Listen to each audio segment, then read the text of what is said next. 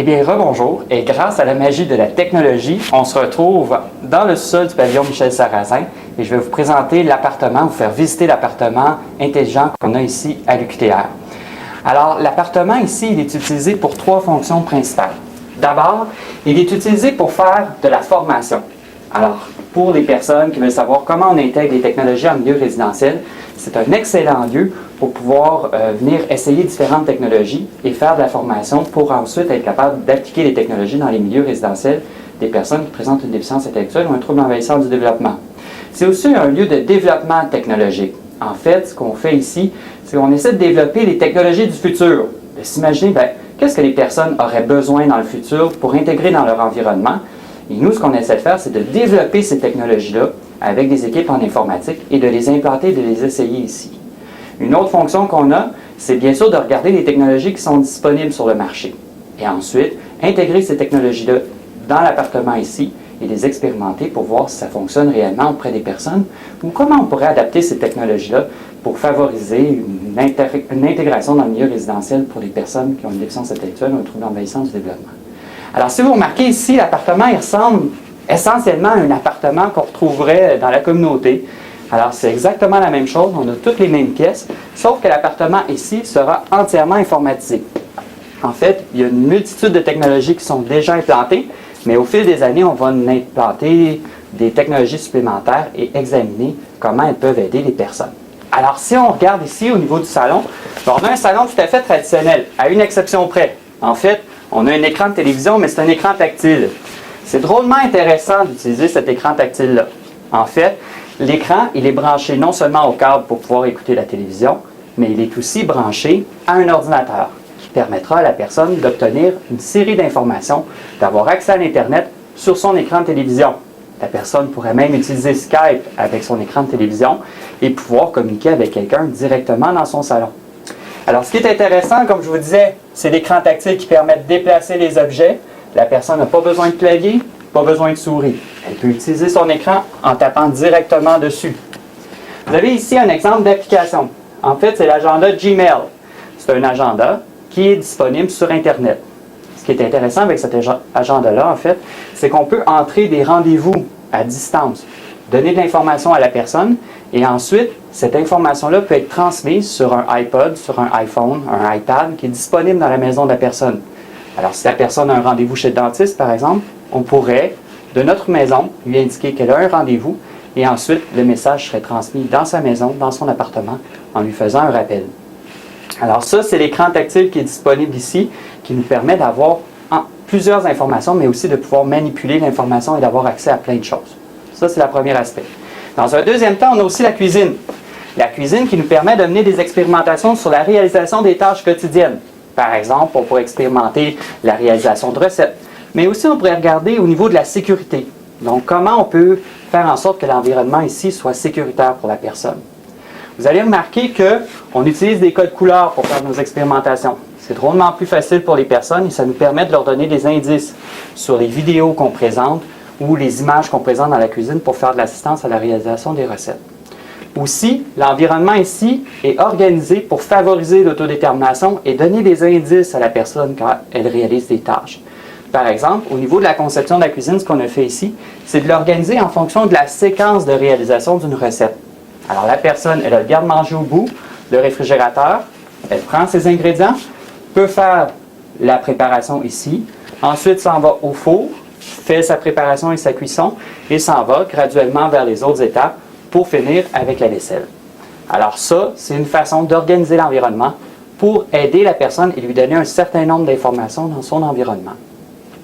Aussi, au niveau des électroménagers, évidemment, on a choisi les plus simples, qui étaient disponibles sur le marché, mais aussi les plus sécuritaires. Par exemple, ici, le four qu'on a, on a choisi celui avec les boutons en avant. C'est drôlement plus intéressant pour les personnes. Alors, elles n'ont pas besoin de s'étirer pour aller changer les boutons. Quand il y a une cuisson qui se fait, alors ça fait en sorte qu'au niveau de la sécurité, c'est un élément qui est important. Comme je vous disais tout à l'heure, l'appartement ici est entièrement informatique. C'est-à-dire qu'il y a dans l'environnement différents capteurs qui sont présents et qui permettent d'obtenir et d'avoir de l'information sur ce que fait la personne à l'intérieur de son environnement. Ensuite, l'information qui est prise par les capteurs est envoyée à une salle des serveurs qui est de l'autre côté, qui qui contient un ordinateur central. Et cet ordinateur central-là prend toute l'information sur les activités que fait la personne, pour ensuite déterminer si la personne a besoin, oui ou non, d'aide. Si la personne a besoin d'aide, l'ordinateur va prendre une série de décisions, c'est-à-dire qu'il va décider comment il va aider la personne à l'intérieur de son environnement. Nous, ce qu'on privilégie, c'est d'utiliser les objets à l'intérieur de l'environnement pour aider la personne. Alors, par exemple, je donne un exemple, si on était sur l'élément de la cuisinière et qu'il y avait un chaudron rempli d'eau bouillante, alors on a l'information qui est envoyée à l'ordinateur central qui dit « il se passe quelque chose dans la cuisine », c'est-à-dire que la personne est en train de faire la préparation d'un repas. Et suite à ça, si l'ordinateur réalise que la personne, elle se dirige vers la salle de bain pour se faire couler un bain, l'ordinateur va voir qu'il y a deux informations contradictoires, c'est-à-dire que la personne a amorcé une tâche dans la cuisine, mais elle est également en train de débuter une autre tâche dans la salle de bain. Alors, ce que peut faire l'ordinateur, c'est de prendre la décision d'orienter la personne et de lui rappeler qu'il se passe quelque chose au niveau de la cuisinière. Il pourrait, par exemple, faire clignoter les lumières de la cuisine, mais aussi faire clignoter les lumières ici avec la hotte pour indiquer à la personne qu'il se passe quelque chose ici et demander à la personne d'aller éteindre l'élément de la cuisinière. Alors, c'est vraiment des technologies qui vont favoriser l'autodétermination. En fait, ce qu'on veut faire, c'est qu'au maximum, ce soit la personne qui prenne la décision et qui fasse les actions. En fait, l'environnement, l'appartement, est uniquement là pour donner des petits rappels, des petits indices subtils qui vont permettre à la personne de prendre un certain nombre d'actions. Si par contre, la personne ne prend pas d'action pour assurer la sécurité de son environnement, qu'elle continue à être dans le bain et qu'il y a une situation dangereuse qui a lieu ici, l'ordinateur peut prendre la décision d'éteindre l'élément de la cuisinière et de s'assurer que l'environnement sera entièrement sécuritaire. On peut aussi utiliser cet environnement-là, différentes technologies, pour pouvoir aider la personne. Par exemple, on pourrait avoir ici ce qu'on appelle un iPod Touch, c'est-à-dire c'est un petit appareil, un petit lecteur multimédia, mais ce qui est intéressant, c'est que non seulement ce lecteur multimédia-là peut donner de l'information à la personne sur comment réaliser une tâche, mais aussi il est muni d'une caméra vidéo. Et c'est drôlement intéressant pour la personne parce qu'on peut aussi utiliser Skype avec ce petit téléphone-là, ce petit appareil-là. Et en fait, ce qui est intéressant, c'est que si la personne a besoin d'aide dans la réalisation d'une tâche, elle peut non seulement demander de l'aide via Skype, mais aussi avec sa caméra vidéo, filmer l'endroit et demander des informations, mais en ayant un aspect visuel. Alors, on peut donner de l'aide, mais en utilisant le vidéo et le multimédia. Et ça, c'est drôlement plus intéressant et ça offre une forme d'aide complémentaire qui est plus complète. Alors ça, c'est un élément qu'on peut faire et qu'on peut utiliser. Au niveau de l'environnement, il y a plein d'autres choses qui sont organisées. On a différents électroménagers qu'on a achetés qui ont des composantes sécuritaires, par exemple des cafetières programmables qui s'éteignent après un certain moment, le fer à repasser aussi qui s'éteint après un moment. Alors pour s'assurer que l'environnement de la personne, il est entièrement sécuritaire. Ici, on a la salle à manger qui nous permet aussi de faire un certain nombre d'expérimentations. Mais ce qui est intéressant ici, c'est qu'on a le téléphone Skype. En fait, c'est un téléphone qui utilise directement Skype sans avoir besoin d'un ordinateur. Ce qui permet à la personne de faire de la téléphonie vidéo, donc de voir la personne à qui elle parle, mais sans utiliser un ordinateur, en utilisant uniquement ce téléphone-là. Et ça peut être aussi un moyen d'assistance, mais aussi de communication. Le téléphone Skype fonctionne aussi par un bottin téléphonique qui contient un certain nombre d'images. Alors, ce qui pourrait être intéressant aussi, c'est de mettre des images de, par exemple, des services d'urgence ou, par exemple, les services de santé qui permettraient à la personne, si jamais il se passe quelque chose, de pouvoir appuyer directement. Donc, on voit ici qu'il y a des images des personnes dans les contacts. Et si la personne veut communiquer avec eux, elle est juste à appuyer sur le bouton et elle peut communiquer avec le service ou les personnes qu'elle veut. Alors, ça, c'est un élément qui est aussi intéressant. Maintenant, si on se dirige à l'intérieur de la salle de bain, bien, on peut aussi faire des expérimentations drôlement intéressantes en lien avec ça. Alors, on pourrait aussi utiliser le iPad pour aider la personne à faire ses tâches dans la salle de bain. Par exemple, faire le lavage. Alors ici, on a une salle de bain qui est entièrement équipée, comme une salle de bain traditionnelle. Et elle contient tous les électroménagers qu'il faut. Mais ce qu'on peut faire aussi, c'est qu'on pourrait avoir un iPad ou un cadre photo numérique qui pourrait être accroché ici.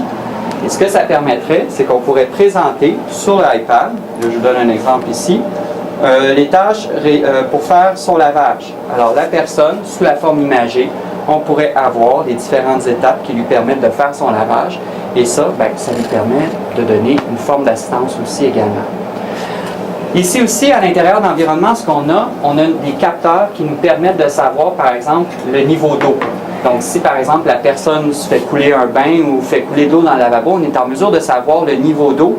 Et si jamais il y a un débordement qui risque de se produire, on est aussi capable d'éteindre le niveau d'eau et c'est l'ordinateur central qui va prendre la décision. Alors, si la personne oublie, on peut faire aussi cette fonction-là. Bien, maintenant, je vais vous montrer l'envers du décor. C'est aussi intéressant. Je vais vous montrer la salle technique et tout ce qui est autour de l'appartement. Suivez-moi. Eh bien, ici, c'est l'envers du décor. En fait, comme je vous disais tout à l'heure, c'est un appartement qui est non seulement intéressant pour mener des expérimentations, mais aussi faire du développement technologique. Puis pour faire ce développement technologique-là, on a besoin d'une infrastructure qui nous permet un petit peu de tricher, je vous dirais. Donc, vous voyez ici, les murs à l'extérieur de l'appartement, on peut tous les ouvrir. Alors, on peut facilement installer de la nouvelle technologie ou passer du câblage rapidement si on a une expérimentation à faire. Donc, ça donne des avantages par rapport à l'environnement traditionnel pour le développement de la recherche. Et si vous remarquez, les fenêtres, elles sont d'une taille qui sont de la même dimension qu'un écran de télévision. En fait, ici, on est dans le sous-sol du pavillon de Michel Sarrazin, mais ce qu'on voudrait faire aussi, c'est de simuler des conditions extérieures pour voir comment la personne réagit. Alors, ce qu'on pourrait faire, c'est de mettre des écrans de télévision de cette taille-là dans les fenêtres et ça nous permettrait de simuler l'extérieur et de voir comment la personne réagit dans son environnement. Alors, ce que je vous disais tout à l'heure, il y a plein d'informations qui sont prises des différents capteurs, mais des ordinateurs qui sont aussi présents dans l'environnement et qui sont transférées à la salle des serveurs. Cette information-là passe par les murs, passe par le plancher et le plafond, et ça nous amène à notre grande salle des serveurs qui est ici et qui contient l'ensemble du matériel électronique et des technologies. Alors, ce qu'on fait ici, c'est que toute l'information qui est récupérée de l'appartement arrive dans cette salle des serveurs-là. On collige l'information et c'est à cet endroit précis-là que l'appartement décide si oui ou non il va aider la personne et de comment il va aider la personne. Alors, j'espère que ça a été une belle visite, que vous avez trouvé ça intéressant. Et puis, si ça vous tente d'explorer plus en profondeur ce qui se passe ici à l'appartement, il y aura un atelier cet après-midi. On pourra vous montrer plein de technologies drôlement intéressantes. À la prochaine! Bye!